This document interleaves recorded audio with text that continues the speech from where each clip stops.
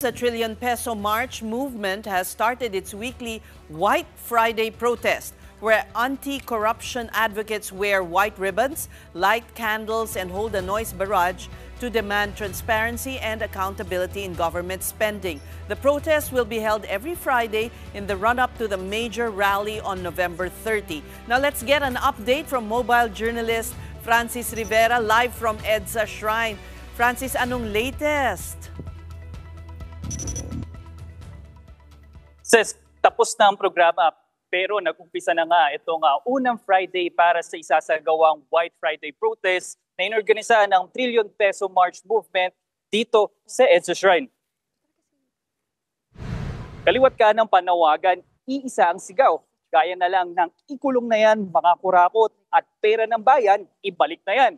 Ilan sa mga dumalo sa White Friday protest ang ilang grupo gaya ng Akbayan Youth, Tindig Pilipinas, Ilocano Defenders Party List, August 21 Movement at Mamamayang Liberal. Parte ng kanilang program ang Noise Barrage kung saan ang sigaw nila, busina laban sa kurakot.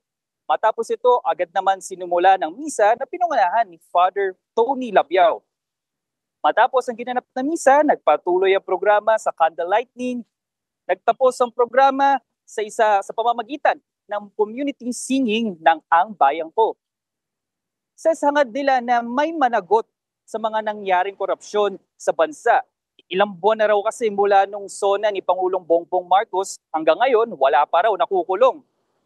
Ilan pa sa panawagan nila ay maibalik ang perang nanakaw galing sa buwis ng bayan.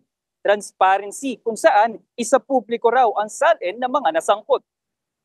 Bukod dito sa EDSA Shrine, may lumahok din mula sa ibang lugar gaya sa May Taft Avenue, Fisher Mall, City Mall Malabon, pati sa Cebu, Bacolod, Iloilo, nakiisa rin daw sa White Friday protest. Panimula pa nga lamang ito at magpapatuloy ang White Friday protest sa mga susunod na Friday. Paghahanda raw ito para sa mas malaki at mas malawakang protesta sa November 30. Maraming salamat. Thank you so much, mobile journalist Francis Rivera.